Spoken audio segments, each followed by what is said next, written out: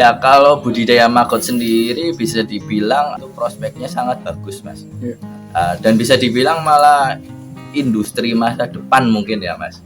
Dengan maggot ini ada fakta yang sangat menarik kalau maggot ini dia mampu mengolah sampah organik, ya dia mampu makan itu 3 kali berat tubuhnya. Ya bisa dibilang maggot 1 kilo itu makannya 3 kilo ya. Dan itu dalam waktu kurang dari 24 jam sudah habis. Sangat efektif dan efisien dalam mengolah sampah organik ini. Mengolah sampah juga saya anggap ibadah juga ya. Karena kan kebersihan sebagian dari iman ya. Saya juga meyakini itu ya, ketika kita menjaga lingkungan sendiri ya, kebersihan sebagian dari iman, kita menjaga lingkungan kita, kebersihan kita, kita menyehatkan diri kita, dan orang-orang sekeliling kita ya. Dan insya Allah ya rezeki kita juga akan dijernihkan lah. Kunci kesuksesan ya pertama kita terus belajar ya Mas, tidak puas dengan yang sekarang, kita setiap hari terus belajar lah ya. Kalau ya banyak juga kadang yang tanya ya, saya selalu menjawab ya saya juga masih belajar gitu ya. Gitu kita yang jelas itu. Terus yang kedua ini kolaborasi Mas, kolaborasi itu penting banget. Banyak sekali petani maggot itu ini ya gagal, paling baru jalan beberapa bulan sudah berhenti. Kita nggak bisa berdiri sendiri, benar-benar sendirian itu nggak bisa ya. Awal mula itu sekitar tahun 2018 Mas. Jadi kita sebenarnya di sini kan bisa dibilang perusahaan pengolahan sampah ya Mas. Ya, kita di sini bernama PT Green Pro Saadi Karanusa ya. Kita perusahaan yang bergerak di bidang lingkungan ya. Kita pengolahan sampah. Pengolahan sampah itu kita menggunakan metode biokonversi dari larva BSF atau yang kita kenal dengan maggot. Ya, jadi kita fokus utamanya sebenarnya organik dulu awal-awalnya. Nah, ceritanya dimulai tahun 2018 lalu. Itu 2018 darurat sampah Mas. Darurat sampah. Nah, dari situlah ya ibaratnya awal mula ide ya yang menggugah kita gitu Mas. Jadi kita dulu awal mula Green Pro ini kita membuat pengolahan sampah kecil-kecilan Mas, tingkat desa waktu itu ya, di desa kita, di Desa Banjaranyar, Kecamatan Sokaraja ini, Kabupaten Banyumas. Nah, kita dulu ya bermula dari lingkungan sekitar dulu Mas. Ya paling memulai lingkup 1 RT dulu. Itu pun hanya beberapa kayak gitu ya Mas, yang ikut dulu perintisnya. Dulu kita itu fokus mengolah sampah Mas. Waktu itu belum ada maggot, belum kepikiran maggot ya. Nah, ketika kita ngolah sampah kan ada organik, ada anorganik ya Mas. Sampah anorganik maksud saya kan ada misal kayak kertas segala macam, plastik ya, terus kaca segala macam. Anorganik itu yang punya nilai jual kan kita bisa jual ya, bisa didaur ulang ya, bisa kita daur ulang. Terus atau yang residu ya, yang benar-benar nggak punya nilai jual itu ya mentok-mentoknya dibakar bisa gitu ya. Anorganik itu bisa dibilang mudah diolah, banyak cara mengolahnya. Nah, masalahnya timbul organik ini. Nah, organik ini gimana ngolahnya? Ya, sisa makanan terutama, karena ya perlu kita ketahui bareng-bareng. Ternyata komposisi sampah kita atau secara umum ya, ternyata komposisi sampah organik itu lebih banyak, Mas. Itu hampir 60% ternyata organik. Ya. Jumlahnya lebih banyak dari anorganik. Nah, bagaimana cara mengolahnya ya? Organik ini kayak sisa makanan ya. Sisa makanan kan dibakar nggak bisa gitu kan. Lah paling waktu itu solusinya adalah dijadikan kompos, Mas. Dijadiin kompos. Nah, sampah organik dijadiin kompos itu kan butuh waktu lama, Mas. Paling cepat itu 21 hari baru jadi kompos ya. Nah, padahal sampah kan setiap hari ada. Nah, ini akhirnya kan perlu waktu perlu tempat berapa banyak kita mengolah jadiin kompos 21 hari baru jadi. Nah, kan perlu nggak efisien, makan tempat, makan waktu segala macam. Akhirnya singkat cerita kita nyari solusi ke sana ke sini, kita minta pertimbangan beberapa pihak lah.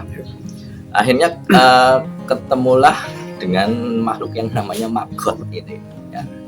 Nah, itu awal mulanya. Dulu kita budidaya maggot itu kita belum berpikir untuk bisnis ya, Mas. Waktu itu maggot itu hanya kita gunakan benar-benar untuk mengolah sampah saja. Ya, jadi kita belum kepikiran untuk bisnis. Nah, setelah itu ternyata efektif nih, efisien banget mengolah sampah organik pakai maggot ya. Mengandalkan maggot dan kita budidaya maggot semakin diperbesar segala macam. Nah, semakin kesini kita juga terus belajar segala macam dan ternyata maggot ini bisa digunakan untuk pakan alternatif. Ya, pakan unggas, pakan ikan segala macam, pakan reptil ya. Dulu awal mula sering itu, Mas, tukang mancing main ke tempat kita, Mas minta maggotnya buat mancing ya. Terus lama-lama, Mas beli maggotnya dong 1 kilo, Mas beli maggotnya 2 kilo, dan itu hampir setiap hari ya. Dan kebetulan waktu itu kan di desa kita itu ada banyak pembudidaya ikan lele gitu. Nah, akhirnya pembudidaya ikan lele gitu pada pesen, Mas saya coba pakai maggot lah. Terus yang melihara ayam, bebek, entok segala macam itu juga penasaran, pada pengen nyoba. Dan akhirnya maggot itu terbukti bisa dibilang menurunkan biaya pakan, Mas. Ya, karena pada waktu itu ketika petani ikan itu pakai full pellet ya, itu ya berapa ya, pellet terus naik segala macam, bisa dibilang keuntungannya mepet gitu. Nah, akhirnya ketemulah maggot ini sebagai pakan alternatif ya. Jadi perlu diketahui kalau kita jual maggot itu ya, maggot yang masih hidup, yang masih fresh ya, itu Rp6.000, 6.000 7.000 waktu itu. Bandingkan dengan harga pelet, mungkin rata-rata waktu itu orang sini ya 10.000 ke atas ya. Dan maggot juga terbukti kandungannya juga nggak kalah bagus ya. Kaya dengan protein dan bahkan proteinnya bisa sampai lebih dari 30-40% ya.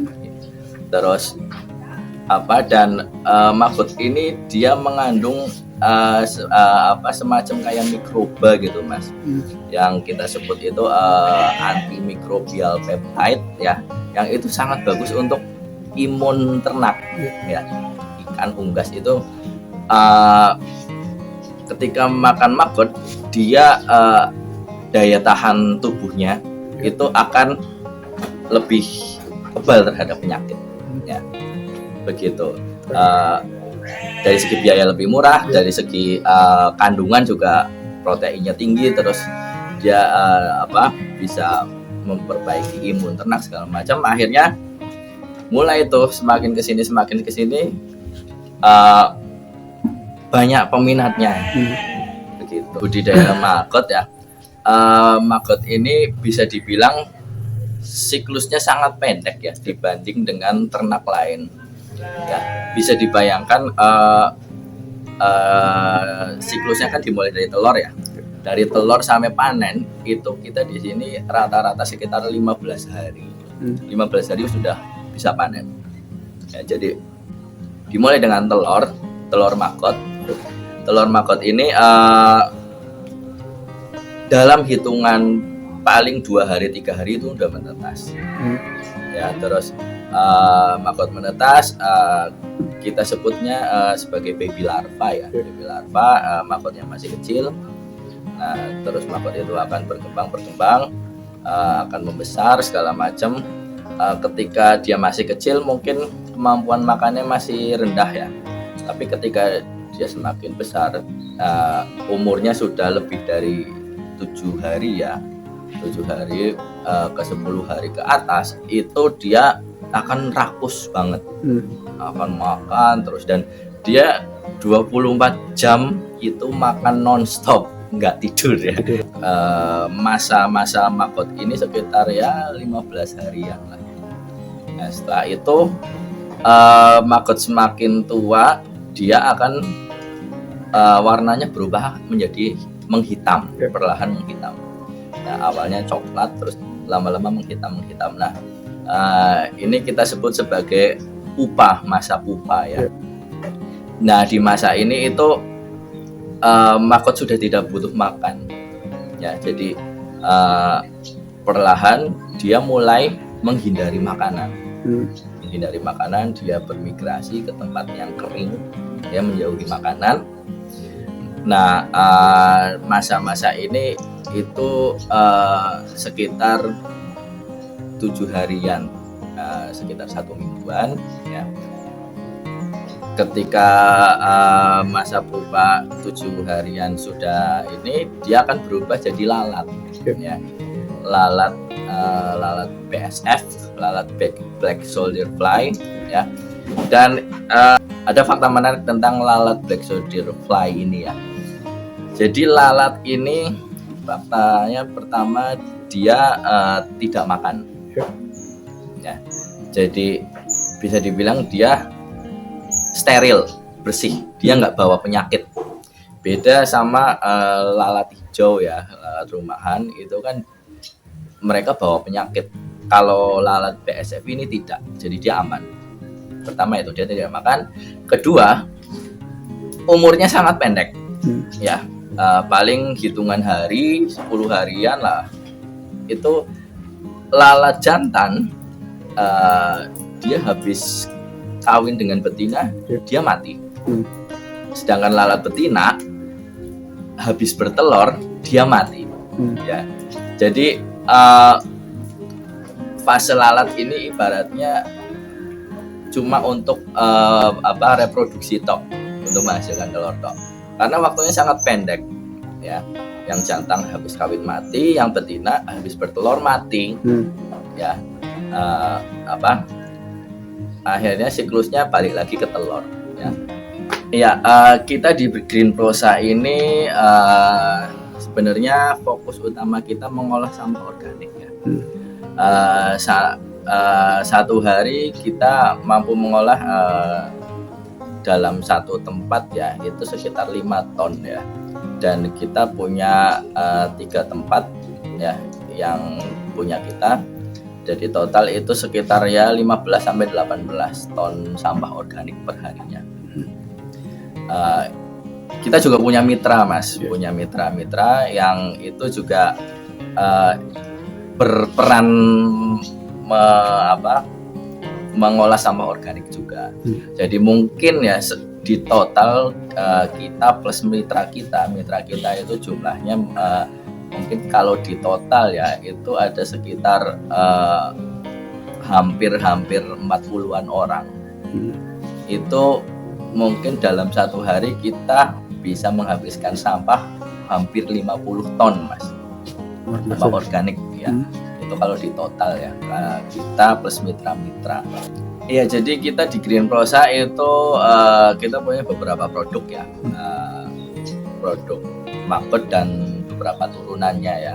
Pertama itu kita menjual maggot fresh. Maggot fresh itu maggot yang masih hidup. Kedua kita juga menjual pupuk kaskot, Mas. Pupuk kaskot itu sampah organik yang sudah diolah, yang sudah dimakan oleh maggot. Nah, sisanya ini kan ada sisa ya. Kita sebut kaskot ya, bekas maggot. Itu pupuk organik. Kita juga jual pupuk organik. Terus ketiga kita menjual maggot kering ya, maggot kering. Terus maggot kering juga variannya banyak ya, ada beberapa grade ya, kita sebutnya ada beberapa grade sesuai kualitas. Terus kita juga memproduksi tepung maggot ya. Terus ya, ini lagi riset ya, lagi kita uji coba, lagi kita kembangkan. Terus itu minyak maggot sama pelet maggot ya. Dan untuk produksi kita itu untuk fresh larvanya itu perharinya kita minimal sekitar 700-an kilo per hari. 7 kintal ya? Iya, 7 kintal. Itu kalau plus mitra segala macam di total mungkin 2 tonan mungkin Mas satu hari. Fresh larva ini kan ini ya, sebagian kita olah lagi jadi maggot kering. Dan itu produk utama kita ya di Green Prosa. Kita sekarang lagi fokusnya justru ke maggot keringnya. Terus sebagian kita olah, sebagian kita sisihkan untuk indukan, untuk siklus. Dan untuk maggot kering sendiri juga permintaannya cukup banyak, Mas. Permintaannya cukup banyak ya. Kita kan jual online dan kita di marketplace ya, di beberapa marketplace itu ada, di Tokopedia, Shopee, Lazada itu kita aktif, dan alhamdulillah juga sudah lancar, sudah ratingnya cukup baik lah tokonya di marketplace itu. Terus kita juga menyuplai beberapa produsen pakan, terutama pakan ikan ya. Nah, gitu kita ikut bekerja sama menyuplai mereka. Terus ada juga yang mereka itu rebranding ya, mereka beli ke kita dan jual dengan merek mereka sendiri. Kalau kita jual maggot fresh, maggot yang masih hidup ya, itu kan 6.000 rupiah. Untuk maggot kering kita jual itu paling murah ya, Mas. Ini paling murah itu 25.000 Mas per kilonya kalau yang kering. Kalau yang di marketplace itu rata-rata kita jual sampai 50.000 per kilo ya. Itu yang produk produk yang bagus ya, yang premium kita itu kita jual 50-an ya. Jadi kalau perharinya kita, kalau sekarang kita lagi fokus ke kering sih ya, Mas. Hampir semua kita keringkan ya, itu ya ada mungkin 2 kintal 3 kintal lah, Mas. Jadi kalau maggot ketika diolah menjadi kering itu kan otomatis dia nyusut ya, Mas. Nyusut itu sebenarnya tergantung maggotnya, Mas. Kalau maggotnya kualitasnya bagus, pakannya terpenuhi segala macam, itu nyusutnya mungkin macam-macam sih ya, Mas. Kadang 1 kilo itu bisa nyusut jadi setengahnya, bisa nyusut jadi sepertiganya ya. Jadi ya 1 kilo 1 kilo maggot ya jadi sekitar 5 on, 3 on, 4 on, berkisar itu, tergantung kualitas maggotnya. Ya, untuk pemasaran kita pertama kalau yang fresh maggot ya itu kita lokal sini saja, Mas. Ya daerah-daerah Banyumas sekitarnya, Purbalingga ya, Kebumen, Cilacap ya, lokal. Untuk maggot keringnya ini produk utama kita itu kita jual online yang tadi saya sebutkan di marketplace ya. Terus kedua kita kerja sama beberapa produsen pakan ternak ya. Terus konsumen terbesar kita ya di daerah Jabodetabek ya, Jawa Barat, Jakarta segala macam. Terus termasuk Surabaya dan Bali. Mungkin itu konsumen terbesar kita. Kita kalau bicara kendala sebenarnya banyak banget ya Mas. Kita juga berproses ibaratnya dari tahun 2018, 19, 20 hampir 5 tahunan itu kita banyak sekali menemukan kegagalan dan hambatan ya. Bisa dibilang kita mungkin baru stabil, baru merasakan apa enaknya itu paling baru tahun ini ya, menginjak tahun 2012 ini ya. Nah, selama 3 tahunan itu kita ibaratnya untuk riset ya, terutama untuk riset segala macam, untuk beli alat segala macam ya. Dan itu masa-masa yang tidak mudah ya. Kendalanya itu banyak Mas. Pertama, ketika kita budidaya maggot, otomatis kita bersentuhan dengan sampah ya. Dan itu nggak semua orang mau bersentuhan sama sampah ya. Mungkin mayoritas orang itu ketika bersentuhan dengan sampah ya merasa jijik, bau kotor ya. Itu kendalanya, kita juga setiap hari bersentuhan dengan sampah ya.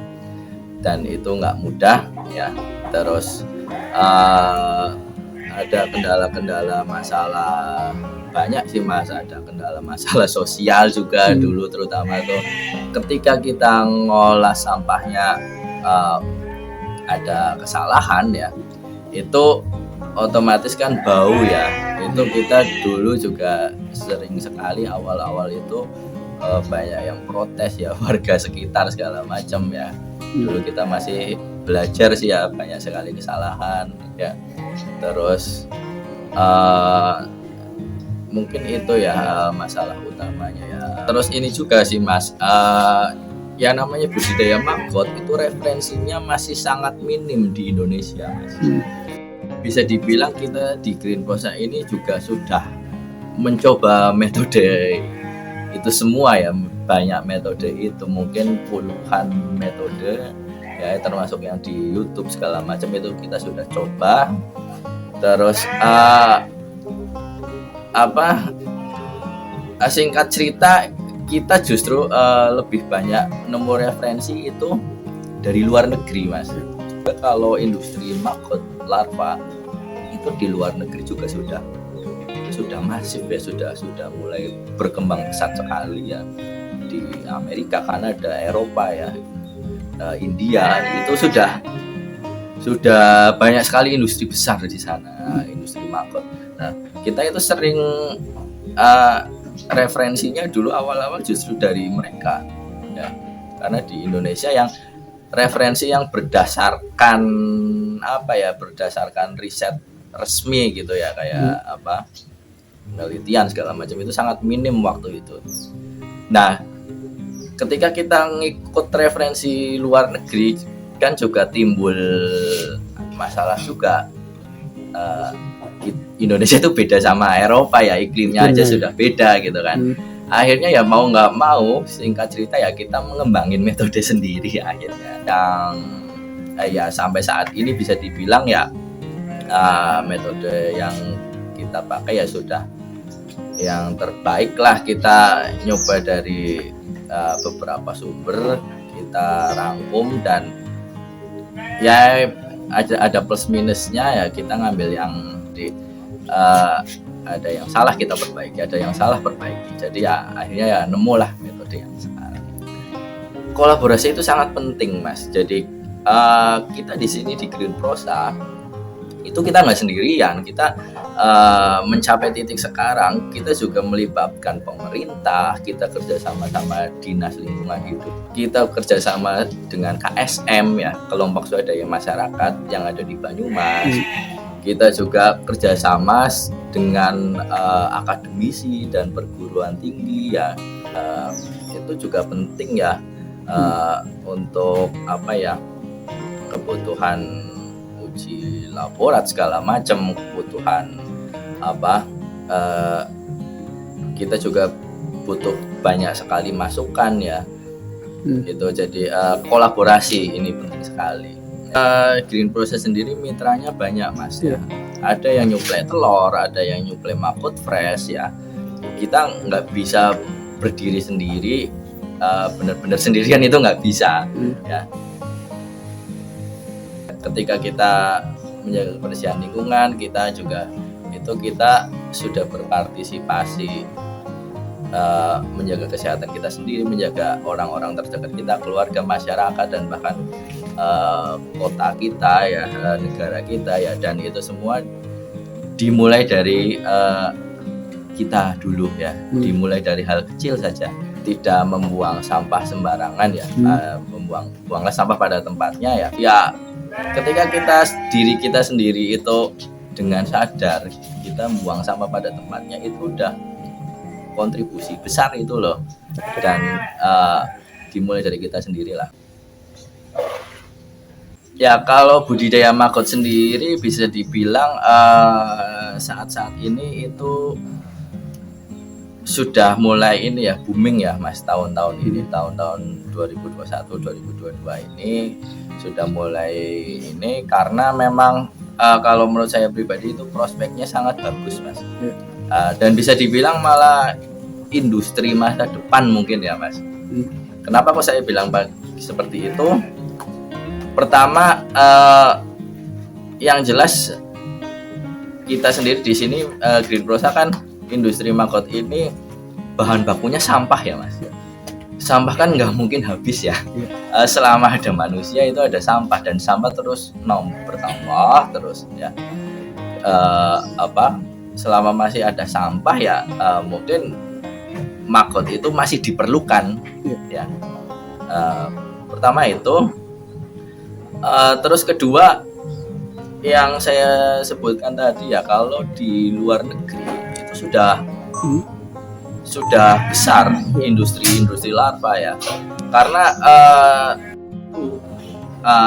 industri maggot ini itu tujuannya untuk membuat ini tepung maggot Mas. Dan tepung maggot itu untuk pengganti tepung ikan kalau di luar negeri. Ya kita semua tahu lah, tepung ikan itu kan sebagai bahan baku dari pakan-pakan ternak ya. Itu ya permintaannya sangat luar biasa ya. Harga tepung ikan terus naik.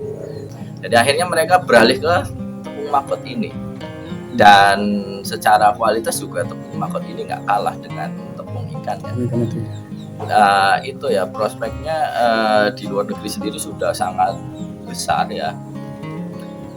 Mungkin dalam 2 tahun 3 tahun ke depan di Indonesia semakin besar lagi ya, semakin banyak bertumbuh pengusaha-pengusaha maggot nantinya ya. Itu prospeknya. Terus yang berikutnya, ketika kita ngomongin maggot, kita ngomongin sampah juga. Dan ini ya, maggot kan juga kita sendiri di Green Prosa memproduksi pupuk ya. Dan pupuk yang kita sebut kasgot itu kan organik ya. Ke depan kan pupuk organik ini sangat dibutuhkan ya. Kita juga merambah ke pertanian ya melalui pupuk ini ya, sehingga kita juga sering mengajak, ayolah kita mulai beralih ke organik lagi lah gitu ya. Dan seperti kita ketahui ya, harga pupuk juga kan semakin lama semakin mahal dan stoknya semakin langka ya. Itu juga prospek yang sangat bagus ya. Terus ya berikutnya ya, untuk permintaan maggot sendiri juga kita Green Prosa masih sangat kurang ya. Mungkin tadi sudah saya sebutkan, produksi kita sekitar minimal sekali satu hari 700 kilo ya, 7 kuintal, itu masih sangat kurang ya. Mungkin yang orderan yang sudah masuk ke kita mungkin ya dalam satu hari mungkin minim ya 3 ton 5 ton itu ada Mas. Jadi kita baru memenuhi sedikit sekali, belum ada setengahnya.